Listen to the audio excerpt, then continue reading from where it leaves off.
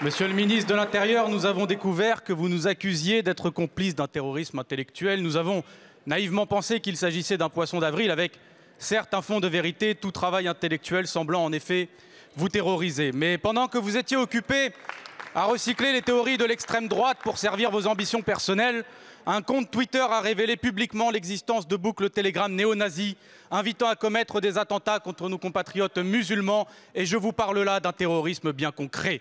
Et il a fallu que ces tweets sortent pour vous forcer à réagir de la plus faible des manières, puisque vous avez demandé à Telegram de simplement fermer ces canaux de discussion. Il y avait pourtant dans ces boucles des membres actifs qui étaient fonctionnaires ou militaires.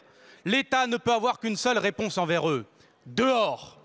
Mais hier, lors d'un débat parlementaire sur le terrorisme d'extrême droite proposé par la NUPES, dans lequel vous n'êtes même pas intervenu, dans lequel la majorité parlementaire n'a pas parlé une seule seconde, dans lequel vous avez catapulté le ministre des Outre-mer témoignant de votre extrême indigence sur le sujet, l'État a répondu qu'il n'avait pas à condamner des gens qui exprimaient simplement une opinion. Pensez-vous vraiment, monsieur Darmanin, qu'être militaire et arborer des signes nazis, par exemple, ce n'est que témoigner une opinion?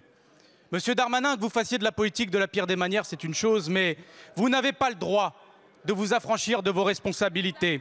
Vous n'avez pas le droit de vider les mots de leur sens pour disqualifier vos adversaires, pour dissoudre des associations écologistes quand le terrorisme d'extrême droite se structure sous vos yeux. Vous n'avez pas le droit d'instrumentaliser la laïcité à des fins politiques. Et j'en profite pour demander, comme France 2, ce qu'il est advenu des millions d'euros dépensés par le ministère de l'Intérieur dans le fonds Marianne. Une mosquée à Wattignies a été saccagée. Un fidèle à Échirol a été agressé. Les musulmans habitant à Ouazem ont été désignés pour cible en plein ramadan. Vous savez que nous sommes dans une période à risque pour nos compatriotes musulmans, comme nos compatriotes chrétiens et juifs en festivité. Monsieur Darmanin, vous vous égarez. Merci Avant de faire beaucoup, votre campagne, mon cher collègue. vous devez faire votre travail. Merci.